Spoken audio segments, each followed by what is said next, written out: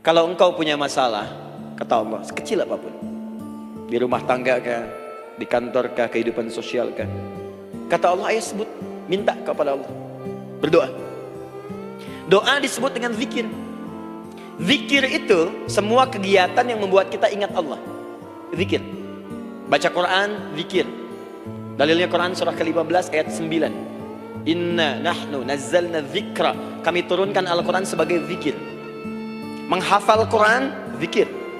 Quran surah 54 ayat 17, ayat 22, ayat 32, ayat 40. Walaqad yassarnal Qur'ana lidzikri. Kami akan mudahkan Al-Quran untuk diingat, dihafalkan. Zikir, sebagai zikir kepada Allah. Ibu selepas sholat baca subhanallah, alhamdulillah, Allahu akbar, zikir.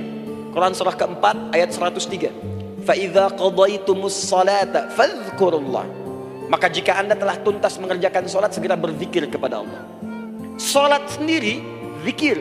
Quran surah ke-20 ayat ke-14. Innani anallahu la ilaha illa ana fa'budni wa aqimis salata lidzikri. Saya Allah, kata Allah, tidak ada Tuhan selain saya, sembah saya. Bagaimana menyembah Allah? Tunaikan salat sebagai zikir kepada Allah. Zikir. Di zikir semua amalan yang mendekatkan kita dengan Allah. Doa itu satu dari bagian zikir. Tapi tahukah ibu fungsi zikir yang paling utama itu apa? Quran surah 13 ayat ke-28. Ala bizikrillahi tatmainnul qulub. Yakinkan pada dirimu, kalau zikirmu benar kepada Allah, maka dia akan berdampak kepada hati menjadi lebih tenang. Zikir itu manfaat pertamanya membuat hati tenang, Bu. Tadi saya contohkan, baca Al-Quran zikir kan? Jadi kalau ibu sedang tidak tenang, sedang gelisah, ada masalah, daripada mengeluh sana sini, wudu, Bu, wudu. Ambil mushaf, baca. Saat baca itu mungkin solusi belum datang, tapi hati itu lebih tenang. Kaitan dengan bahasan kita, doa, minta doa. Jadi kalau orang punya masalah itu, kalau berdoa, walaupun solusinya belum datang, walaupun kemudian jawabannya belum tiba, minimal hati ibu itu tenang. Ini dia. Kan surah 13 ayat 28. Rumus ini pakai, gunakan dalam hidup. Karena yang tahu kehidupan kita itu Allah yang menciptakan kita. Yang tahu pesawat, yang bikin pesawat. Yang tahu handphone, yang bikin handphone. Yang tahu mikrofon, yang bikin mic-nya. Yang tahu kita, yang menciptakan kita. Ikutilah petunjuk Allah yang menciptakan kita, maka akan langsung terasa manfaatnya. Ibu tidak percaya, silahkan lakukan. Rasakan bedanya, bedakan rasanya, dan pasti akan terasa bedanya. Akan lain. Tuh. Doa. Tapi ingat, yang paling penting kata Allah, doa itu bukan sekedar penting permohonannya, tapi menunjukkan status kita sebagai hamba di hadapan Allah Subhanahu wa taala. Jadi kalau ada orang selama hidup tidak pernah berdoa, artinya dia mengingkari statusnya sebagai hamba di hadapan Allah Subhanahu wa taala. Mau menyejajarkan diri dengan Tuhan.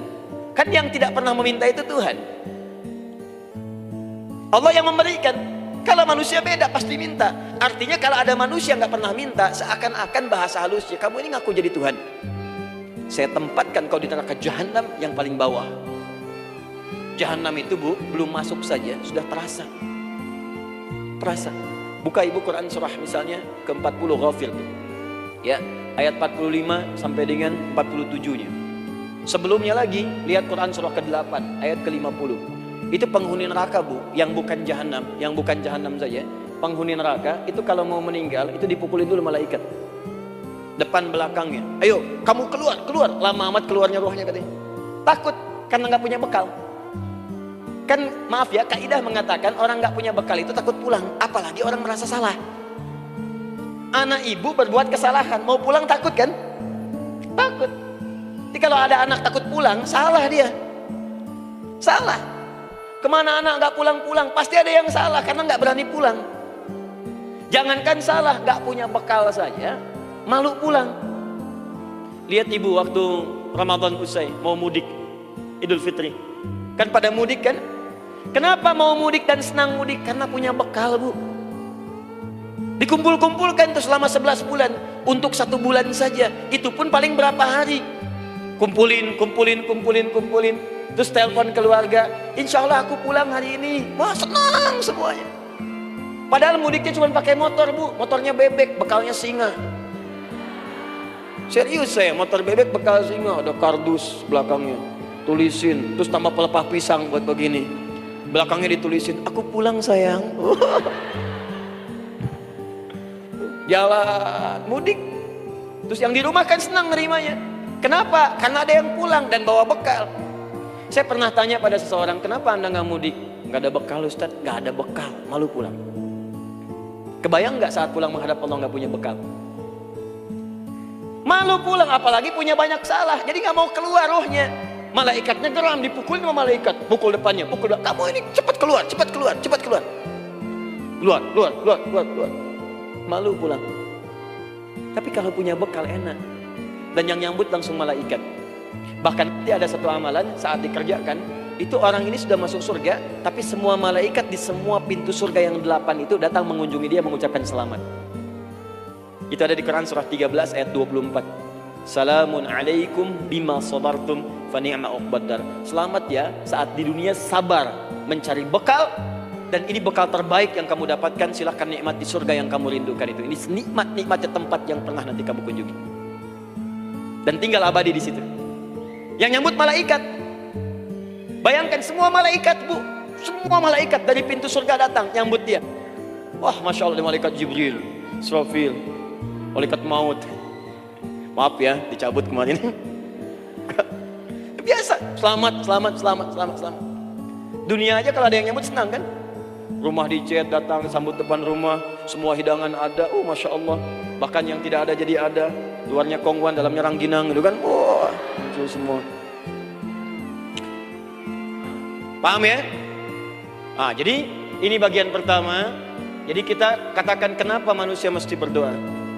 Jawabannya karena manusia itu hamba. Dan doa itu adalah fitrah, bagian dari kehidupan.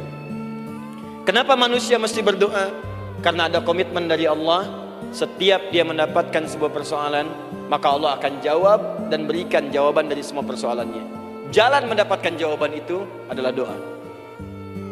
Kenapa manusia mesti berdoa? Karena dia butuh dengan Allah. Dan puncaknya, kenapa dia mesti berdoa? Karena Allah ingin membahagiakan kehidupan dunianya sebelum sampai keabadiannya di akhirat. Jadi ketika kita berdoa, sebetulnya kebaikan untuk kita, karena Allah ingin kita bahagia, ingin mudah hidupnya. Jadi kalau ada orang nggak berdoa, sesungguhnya dia sedang menyulitkan diri sendiri dalam kehidupan dunianya sampai ke akhiratnya. Jelas sampai di sini? Masya Allah, alhamdulillah.